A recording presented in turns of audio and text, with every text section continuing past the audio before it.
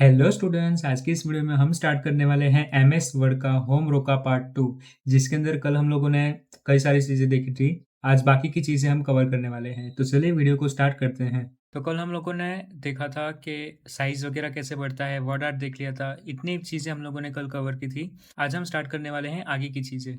सबसे पहले आता है ये वाला ऑप्शन, इसको बोलते हैं चेंज केस। चेंज केस मतलब कि हम लोगों ने जैसे F3 का यूज़ दिखा हुआ था, शिफ्ट के साथ F3 करते हैं तो यहाँ पे कैपिटलाइज ईच वर्ड के लिए यूज़ होता है वो। जैसे कि यहाँ पे पूरा का पूरा अगर स्मॉल करना है तो उसके लिए अपर केस में करना है तो कैपिटलाइज ईच वर्ड करना है, तो फिर टॉगल केस में करना है। टॉगल केस मतलब क्या होता है, जो आपका फर्स्ट लेटर होगा वो स्मॉल हो जाएगा, बाकी सारे कैपिटल। फर्स्ट लेटर स्मॉल, बाकी सारे कैपिटल, इसको बोलते हैं टॉगल केस। ठीक है, तो ये था अपना F3 का यूज़। उसके बाद आता है यहाँ पे हाईलाइटर। अभी जैसे स्कूल में आप लोगों ने सबने हाईलाइटर तो यूज़ किया ही होगा, तो जैसे हम यहाँ पे क्लिक करेंगे तो ये देखो अलग अलग टाइप के हाईलाइट्स आ गए यहाँ पे। तो आपको अगर इसमें से जो हाईलाइट अच्छी लगे आप यहाँ से कर सकते हो। मान लो कि मुझे ग्रीन वाली अच्छी लगी तो मैंने इस पर क्लिक कर दिया। अब इसको हटाना है तो वापस से सिलेक्ट करना है और यहाँ पे जाके नो कलर कर देना है। जैसे अब यहाँ पे नो कलर करोगे तो ये हाईलाइट हट जाएगी, कुछ इस तरीके से। उसके बाद मान लो कि आपने हाईलाइट तो कर दिया, लेकिन अब टेक्स्ट का कलर भी चेंज करना है, तो अब टेक्स्ट का कलर चेंज करने के लिए हम लोग यहाँ पे जाएंगे। जो भी चीज़ कर रहे हो सिलेक्ट करके करनी है आपको, ठीक है। कुछ इस तरीके से आप यहाँ पे अलग अलग टाइप के टेक्स्ट के कलर चेंज कर सकते हो। इसको बोल्ड कर देंगे तो और अच्छा लगेगा, देखिए कुछ इस तरीके से। उसके बाद आता है यहाँ पे इरेज वाला ऑप्शन। इरेज वाला ऑप्शन मतलब क्या, मान लो कि आपने कोई वर्ड आर्ट लगाया, अब इसको हटाना है तो, क्योंकि इसमें तो कोई ऑप्शन है नहीं, यहाँ पे देखो हटाने वाला कोई ऑप्शन है नहीं, तो वो क्या करेंगे अब उसको हटाने के लिए, तो हम जाएंगे यहाँ पे, ये इरेजर ऑप्शन दिख रहा है, यहाँ से क्या होगा, जितनी भी फॉर्मेटिंग की होती है वो सारी हट जाती है, देखिए कुछ इस तरीके से। अब सेम चीज़ अगर मैंने यहाँ पे ये फॉर्मेटिंग की है, इसको हटाना है तो वापस से इस पर क्लिक करेंगे तो सब कुछ नॉर्मल हो जाएगा। ये वाला जो ऑप्शन होता है वो जितनी भी फॉर्मेटिंग हुई होती है वो हटाने के लिए हम लोग यहाँ पे जाते हैं। फिर आता है बुलेट पॉइंट वाला ऑप्शन। बुलेट पॉइंट मतलब क्या, तो आपने कई सारे डॉक्यूमेंट्स में देखा होगा कि ऐसे टाइप के बुलेट पॉइंट्स आते हैं, ये देखिए कुछ इस तरीके से। आपने ये वाले भी देखे होंगे, फिर बुक्स वगैरह में ऐसे भी होते हैं, तो ये वाले भी देखे होंगे, ये सब इसको बोलते हैं बुलेट पॉइंट्स। वैसे ही अगर आपको नंबर्स वगैरह लगाने, जैसे paragraph number 1, paragraph number 2, paragraph 3, तो उसके लिए ये वाला ऑप्शन आता है। अब अगर आपको 1 2 3 नहीं लगाना, ABCD लगाना, तो ये वाला, ठीक है।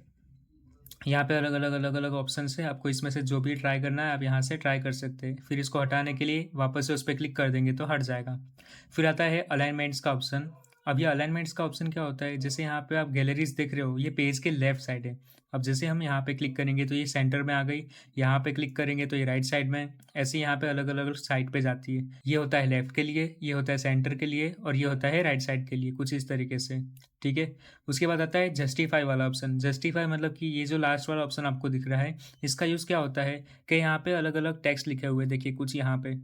ये कैसा है कि यहाँ पे ये अंदर की साइड है, ये बाहर है, फिर ऐसे ये अंदर है, ये बाहर है, पूरा एक सीक्वेंस में नहीं है। जैसे हम इस पर क्लिक करेंगे तो ये देखिए पूरा सीक्वेंस में आ गया एकदम। तो इसको जस्टिफाई करना बोलते हैं। इसका शॉर्टकट की होता है Ctrl+J। लेफ्ट साइड का Ctrl+L होता है, राइट साइड का Ctrl+R होता है, सेंटर का Ctrl+E होता है, और जस्टिफाई का Ctrl+J होता है। उसके बाद आता है लाइन स्पेसिंग। लाइन स्पेसिंग मतलब क्या, कि मुझे दो, जितनी भी लाइन्स है उसके बीच में कितनी स्पेस छोड़नी है, जैसे 1.5 की, 2 की, 2.5 की, 3 की, यहाँ पे अलग अलग स्पेसिंग है। आपको जो इसमें से स्पेसिंग अच्छी लगे आप यहाँ से यूज़ कर सकते हो। कुछ इस तरीके से जितनी भी चीज़ कर रहे हो सिलेक्ट करके करना, ठीक है। चलो अब बढ़ते हैं आगे।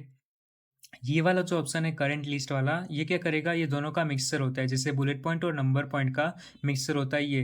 जैसे इसके अंदर बुलेट पॉइंट्स भी देखने मिल जाएंगे और नंबर्स भी देखने मिल जाएंगे। ये ऑप्शन अगर आपको यूज़ करना है तो कर सकते हो, बाकी चलेगा ये। देखिए कुछ इस तरीके से।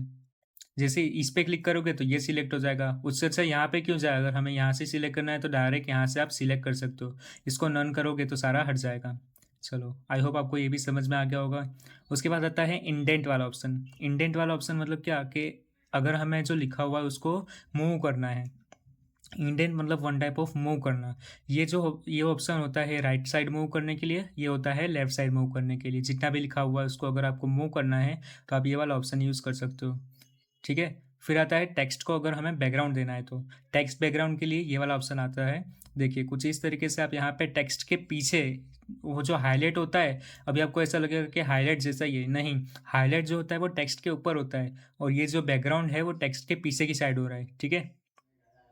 ये कॉन्सेप्ट याद रखना आप। ओके, तो आज की इस वीडियो में हम बैकग्राउंड तक ही रखते हैं, बाकी का हम लोग नेक्स्ट वीडियो में कवर करेंगे। बस इतनी चीज़ें बाकी है जो कि नेक्स्ट वाले पार्ट में कवर हो जाएगी।